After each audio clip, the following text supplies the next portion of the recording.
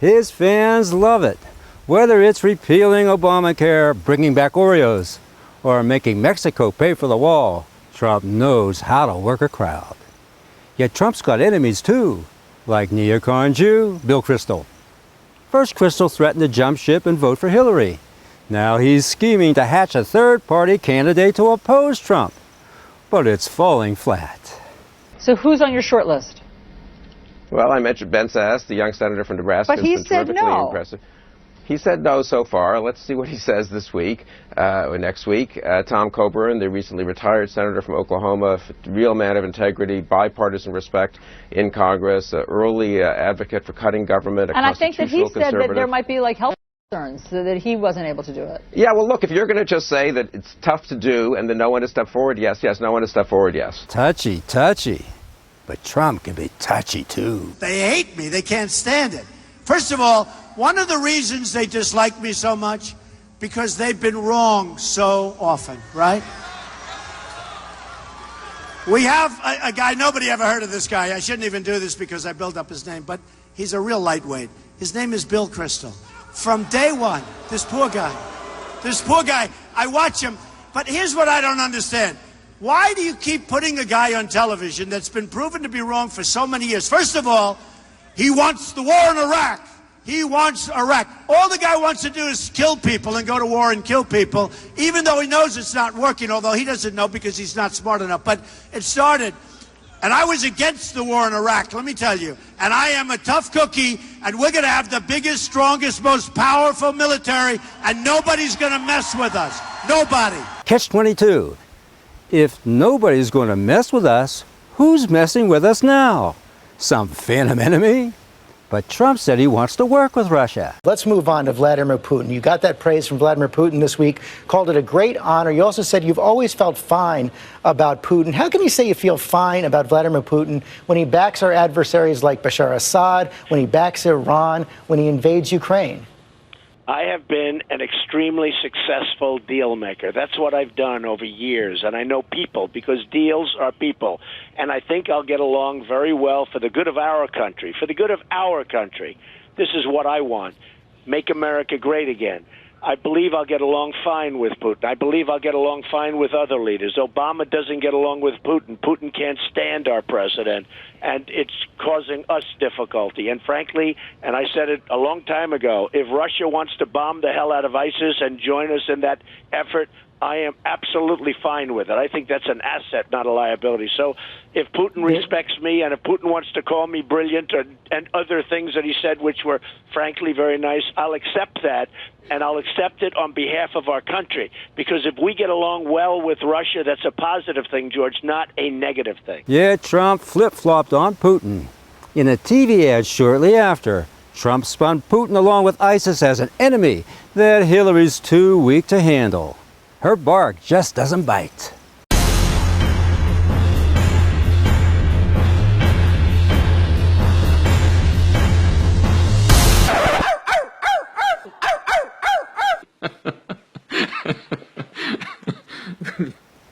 Will Trump add teeth to his own bark against Putin? Making the military stronger means fatter paychecks for the generals and more wars for their job security. Just ask General Milley. In Europe, a revanchist Russia has modernized its military, invaded several sovereign countries since 2008, and continues to act aggressively towards its neighbors, using multiple means of Russian national power. The Army will play an increasing role in deterring or, if necessary, defeating an aggressive Russia. Defeating an aggressive Russia? That means war. Big war. Besides being a liar, he's a stupid ass. You're not going to defeat a nuclear Russia without exterminating 1/3 of the world population. And since when does defending our country mean going to the ends of the earth to defeat a country that never attacked us or even threatened to? Yet America fabricates conflicts that demand intervention. Ukraine's now a basket case. Libya's destroyed. Iraq's in chaos, so new enemies must be found. That's the catch, and it has 22 written all over it. If Trump really wants a bigger, stronger, more powerful army. He's going to get a lot of warmongering generals just itching for conflicts wherever they can conjure one up.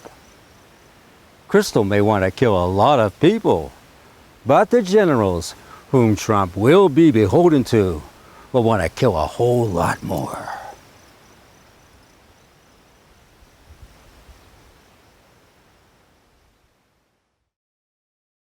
This week, it's all about that retirement, or more specifically, retirement benefits. So let's jump right in.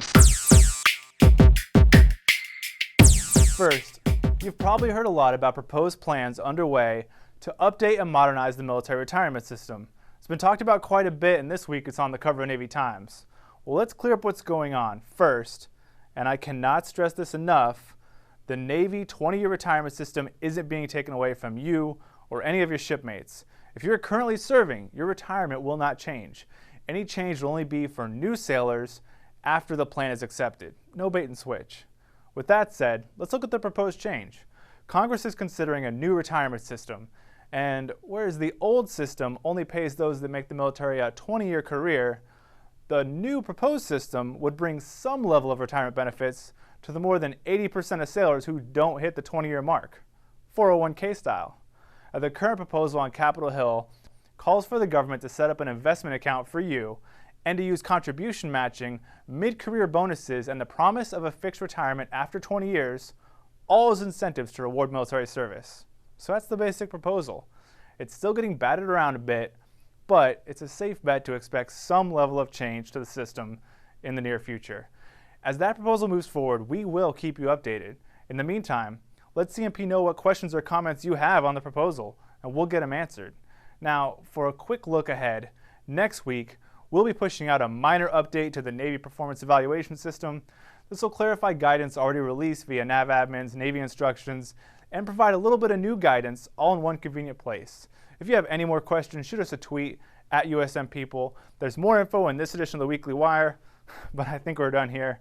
For the Chief of Naval Personnel, I'm Emanuele Fabrizio. Thanks for watching. 3 recent calls for a military coup in America brings the prospect of ending Jewish rule in our nation into a new perspective. In 2007, political analyst Thomas Sowell, lamenting the ever-worsening degeneracy in our politicians and media, remarked, quote, "The day may come when the only thing that can save our country is a military coup," unquote. Sowell echoed that same call last year when warning that an Obama second term would spell disaster for America. Quote, "The fate of America," warned Sowell, "will be in the hands of a man with a lifelong hostility to Western values and interests. He would have the closest thing to a blank check. Nothing could stop him but a military coup," unquote. In 2009, former advisor to the Carter administration, John L. Perry, outlined a similar venue that the military could intervene to resolve the Obama problem. Quote, "Will the day come," Perry asked, "when patriotic generals sit down with Obama, or with those who control him, and work out the national equivalent of a family intervention?" Quote, again, "Imagine a bloodless coup," Perry continued, "to restore the Constitution through an interim administration. Skilled, military-trained nation builders would replace radical left commissars," unquote.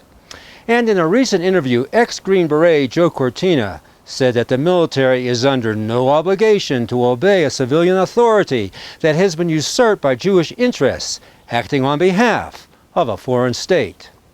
Now, a military coup is not the ideal, but neither is the overweening Jewish influence over America's political, economic, and cultural life. As I see it, the first thing a military coup would do is to take over the press. Would it be any worse than the Jewish-driven propaganda that comes out of CBS, ABC, and NBC, or the filth and sexual perversion pumped out of Jewish Hollywood's bottomless pit of decadence and depravity? Next, the military would have to deal with the economy. In an astonishing speech given by financial analyst James Rickards at West Point in 2010, Rickards suggested that in a time of economic emergency, the military could appropriate the gold stored at Fort Knox, West Point, and the New York Fed, and restore the dollar as a gold-backed currency, ensuring its international reserve status. We could send Special Operations Command, and I actually think the military should be thinking about this in contingency space. You could send a contingent to the Federal Reserve Bank of New York, confiscate the gold. There's 6,000 tons buried underneath the Fed in New York. That's not our gold. That gold belongs to the rest of the world, but you could seize that gold, move it up to West Point. The U.S. at that point would have 14,000 tons. We could then start a new global currency, a new global dollar, if you will, controlled by us, backed by gold, acceptable to trade counterparts, get the economy moving again. Amazingly, at the question and answer session, at the close of Ricard's speech, not a single military person objected to his bold and daring counsel. And in a similar vein, isn't it interesting that Admiral Mike Mullins, upon his retirement in 2010, said that the biggest threat to America's security is the national debt? The biggest threat we have to our national security is our debt. Fixing that debt would be easy. The military could bring back our jobs offshored by Jewish Wall Street to China and India by slapping a higher tax rate on products made by cheap foreign labor for our domestic market. Believe me, these multinationals would come back real quick to Made in the USA and tell Jewish Wall Street to shove it. Will a military coup save America? I don't know, and it's a shame it's even come to that. But America is in deep trouble. For as the inverse of the saying goes, if it's broke, and it is, then you better fix it, and we better fix it fast.